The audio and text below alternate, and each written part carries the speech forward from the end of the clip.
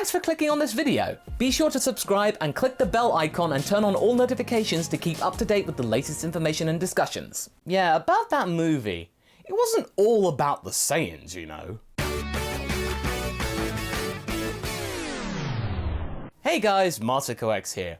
Now you don't need me to tell you that the Dragon Ball Super Broly movie is one of the biggest turning points in the franchise's history, and it's been going on for 35 years in various guises. It heralded a new beginning where characters could potentially change, and instead of being stuck in character iconic models out of fear of fans giving a backlash or something like that, it meant that, you know, they could evolve. However, the Broly movie wasn't just made to be just some kind of big boost for the fandom. I mean, Resurrection F was pretty much that. It was just there to glorify people who like Dragon Ball. But no, Broly was a statement. The movie was a celebration for fans alike all across the world. And I love this little tidbit that Sumitomo included the chants in the movie after hearing the reactions from everybody in Mexico when the last 2 episodes were premiered and broadcast in the streets. I thought that was such a nice touch and a nice little tribute. But anyway, I'm getting ahead of myself. The Broly movie isn't just about 3 Saiyans and 3 sons, you know, Broly, Vegeta, and Goku. They're forgetting about another pair. It's about 4 fathers and 4 sons. Wait, Masterco, I thought it was meant to be about 3, you know, the whole, Destiny marketing strategy they were trying to pull? That is true if you thought that based on the promotional material. It was very much geared at Broly, Vegeta, and Goku coming together in something that was locked into by fate after 4 decades. But we need to delve into the plot more deeply and more carefully and actually look at what goes on in the movie, and especially what you can get from just the trailers. And it's something that I think the promoters really didn't latch on to enough. And that's the fact that the first 2 fathers that we see are King Vegeta and King Cold. Both of them seem to be very proud about their progeny and the fact they are, well, royalty. But this relationship isn't a really cut and dry one. It is something that has been established over many decades and has made itself very clear and is seemingly rather cordial. In fact, with all of these fathers, we can even put a very clear hierarchical ladder here. It all starts with King Cold at the top, King Vegeta next, and then we move on to the 3rd father in some pair, Paragus and Broly.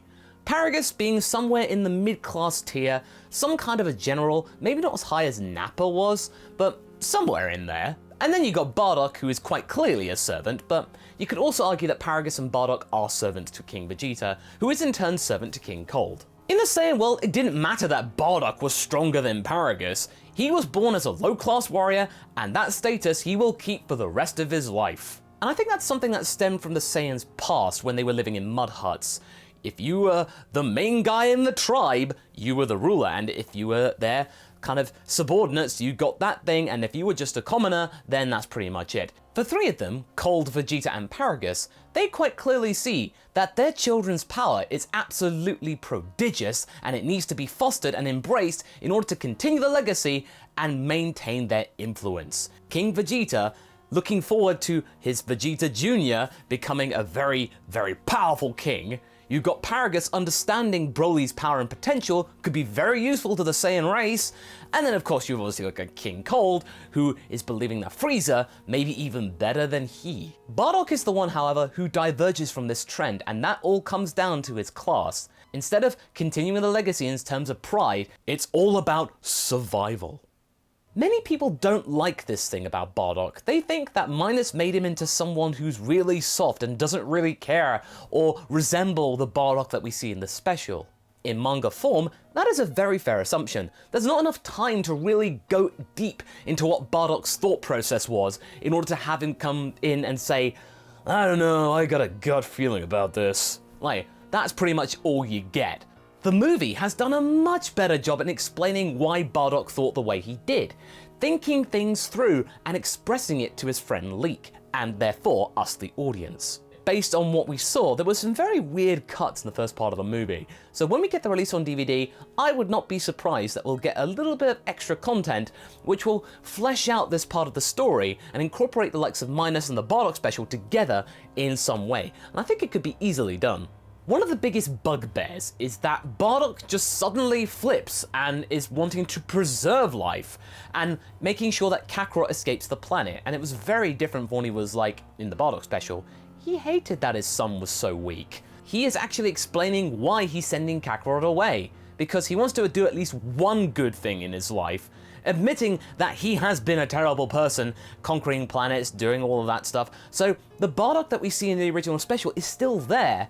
This is just like a last kind of recant, as it were. But I don't think Bardock is the most interesting specimen here. The most interesting specimen here is the likes of Paragus. While we could easily argue that Paragus is absolutely terrible, exploiting his son's power just to get back at King Vegeta and therefore Vegeta the Fourth, we also have to remember that his motivation was initially established in order to try and save his son, Broly. And living on that planet for 4 decades would turn any normal person mad. So you can't blame Paragus for suddenly becoming delusional and driven by spite. If things didn't turn out the way they did, maybe we would actually think different about Paragus. He may be a role model in terms of a Saiyan father. And I think this is something you'll notice when you get the home version. The Japanese version of Paragus is more formal and to the point, being blunt and mean, obviously, but nowhere near as vicious or snarky as the dub version. You will notice this and you'll think, yeah, these two are really different. Like with Paragus in the dub version, you can't really get behind the guy, whereas the Japanese version, you feel like, okay, you know, you can understand somewhat. But curiously enough though, Paragus is the only father throughout this entire group that actually stays with his son the entire time. And yes, I know that King Vegeta, you know, obviously planet gone, therefore can't be there, but you kind of get the feeling that that was the case prior to the planet's doom. And we might argue that King Cold would have had a tough time being there for his son all the time because he's got a galaxy to rule. But knowing how he bestowed Frieza with basically his entire force at such a young age, he did have faith in his son, and the relationship that he had with him was a very good one. But he needn't worry about the care of Frieza, because, as we might be able to imply, he was in the care of Berry Blue throughout his formative years, acting as a motherly figure or a nanny. And that is really fascinating to see, and as we described in our 8 Super Dragon Ball Broly theories, this is a really big turning point in Frieza's character. While we can easily put a hierarchy in terms of the fathers, it's quite clear where they stand in all these events.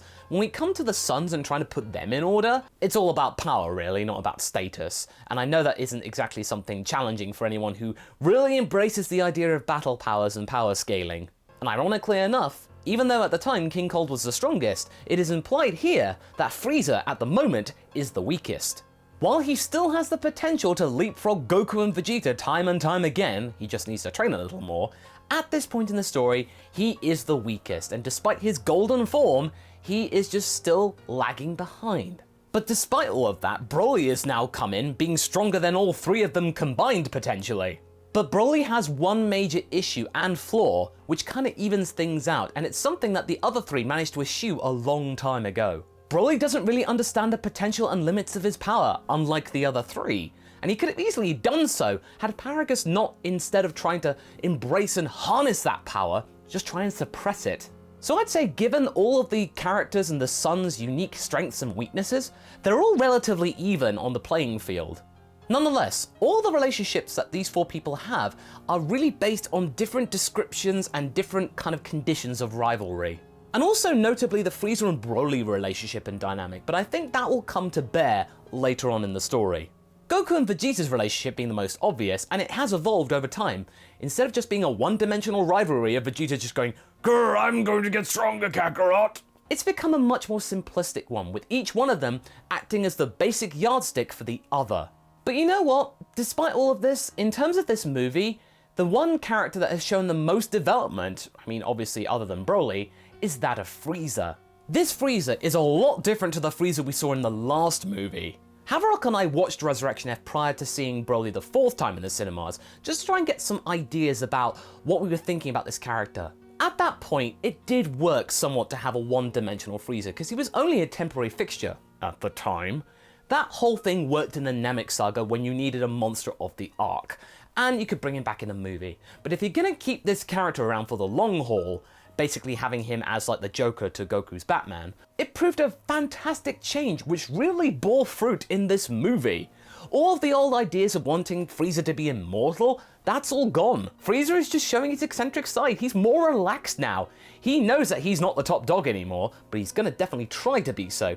He has got the bit between his teeth, and he loves it. Broly could easily be described as having the most development in the story, especially for the fact that this movie is basically about him.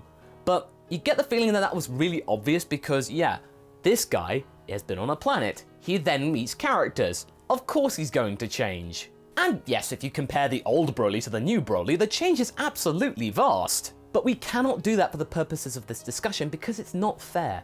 The original Broly trilogy and this new Broly are two completely different entities, and it would be really a bit of a mismatch to compare them. They are essentially different characters who happen to have the same name and basic power structure. Frieza at this point is at an age in a way, obviously we don't know how it all works with the mutant clones, that he's now beginning to figure himself out. He's beginning to understand where he is in life and maturing, as it were, and actually having some enjoyment in getting stuck into things instead of just using his power to do a quick boop and then move on. If our belief of King Cold being centuries of years old is true, then Frieza, after just a few decades, may be exiting childhood and then moving into adulthood, the teenage years being around the Namek saga, when he was really embracing the power, but still going like, oh, that sounds like effort, man.